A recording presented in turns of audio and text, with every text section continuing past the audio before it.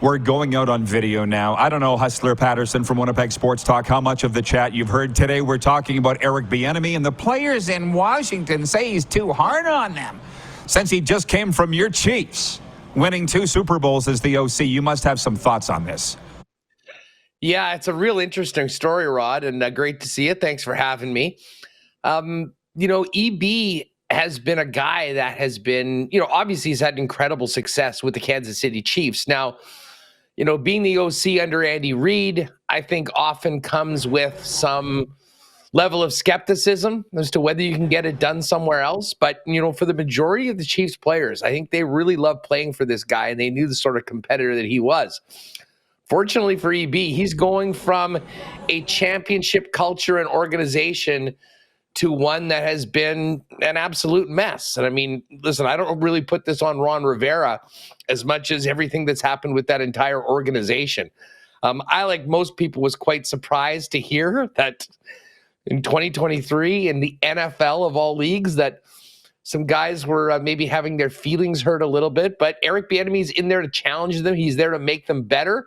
And I think that if they get with the program, they should be a better football team. But I guess that's on Riverboat Ron's hands to see if he can get his guys in line to be in with their new OC and with what they're trying to do there in D.C.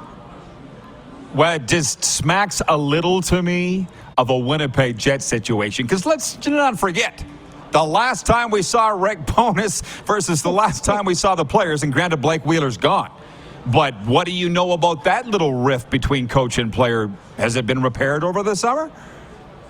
Well, we haven't heard from Rick Bowness. It's funny you bring that up because I was sort of thinking ahead to training camp yesterday on our program on Winnipeg Sports Talk and saying, like last year when Rick Bowness was hired, part of the good vibes of training camp in the first half of the season kind of dated back to how active he was in communication with his players all summer.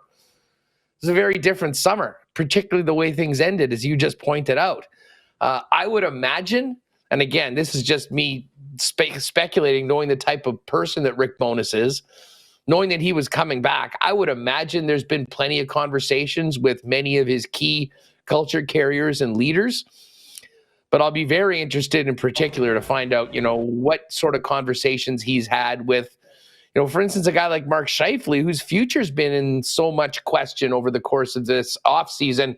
And as of right now, sort of looks like he'll be coming back. So, there was maybe some hurt feelings that they needed to brush over. But hopefully that's in the past, because if that's an issue at all, this team has bigger problems, to be perfectly honest. Guess we're going to find out. And I'll just say John Ohm in Winnipeg says, Hustler, why haven't the Jets moved Hellebuck and Scheifele yet? What's the latest rumor mill on both? And I'll speak for you, Andrew, that you basically said that it doesn't look like they're going to be. You just said that. Well, they obviously, go ahead. It comes down to this. I mean, I think the Jets have been very prepared to potentially move one or both of those players. But what has been clear is that they're not getting anywhere close to the value they think that those players are worth. And that's why a deal hasn't happened.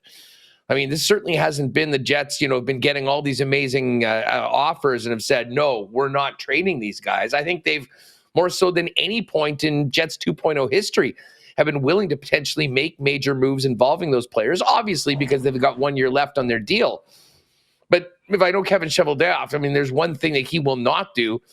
It's trade a Looney for a couple quarters. And right now, I mean, they haven't been getting offers that have been par with what they feel the value of those players are, not to mention the massive holes in the lineup that are created if you do move those guys, especially for assets that might not be valuable to the team for a year or two. So the Jets this year, Rod, I mean, the first couple months of the season are going to absolutely be fascinating because I think things can go in a couple very different directions.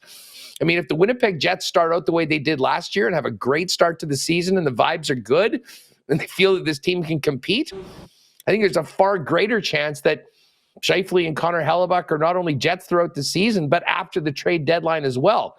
That'll rub some people the wrong way because I think they feel that these assets are too valuable. They need to maximize it going forward because the Jets have a tough time picking up free agents. If it goes poorly, Not to mention there will be some players that get injured. There'll be some things that change in other markets. I think maybe we're talking about potential deals in the first half of the season. But tell you what, if Rick Bowness can get things back to the way this team looked in the first half of this season with some new blood coming in the PLD trade from LA, we could very well be talking about an incredibly tough decision for Kevin Cheveldayoff, measuring the present and the future of the club as we get closer to the trade deadline. Tell me, please, Huss, about the Bomber beatdown in Week 9, 50-14 over BC. That might be skimpy compared to what they hang on Edmonton this week. Were they finally just tired of the criticism, even in their own town, and said, we're going to go out and prove to you that we're the best team in the CFL? Because that's what it looked like to me. Yeah, you know what? I mean, listen, that was, an absolute ass kicking. I mean, no other way to put it from start to finish.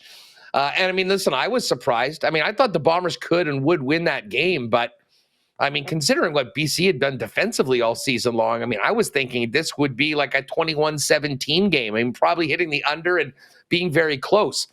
It wasn't that at all. And I mean, you can just go down the list of units of the Bombers that played their best game of the season. But let's start with Zach Collaros. I mean, Kenny Lawler, you see the difference that he makes in the lineup. And I mean, those passes just going deep over and over early in the first quarter was a real, I think, statement that the Bomber offense was back. But by far, Rod, the group that I think was having to, well, put it this way, that people were questioning the most was the offensive line, which has been the backbone of the Bombers' success for the better part of the last 5 years. The first game between BC and Winnipeg here in the Peg, Zach Collaros was on his rear end about half the time, sacked 7 times, I believe. This was night and day. And the offensive line took over that line of scrimmage. Zach Collaros had plenty of time to throw the football. The offense executed. And then the defense followed up with a masterful performance that I think sort of got lost in the 50-burger. But overall, this was a statement game. I know a lot of players, and goes back to the way Mike O'Shea speaks. They don't want to give anybody any bulletin board material, but let's face it, everyone remembered how they got humbled by BC earlier in the season. They had a bye week. They looked forward to this opportunity, and they came out looking the best of themselves. And that very much is a Grey Cup contender, and I think most of the power polls have the Bombers back on top after that impressive win last week against BC. I do. They're still Winnipeg until they're not Winnipeg.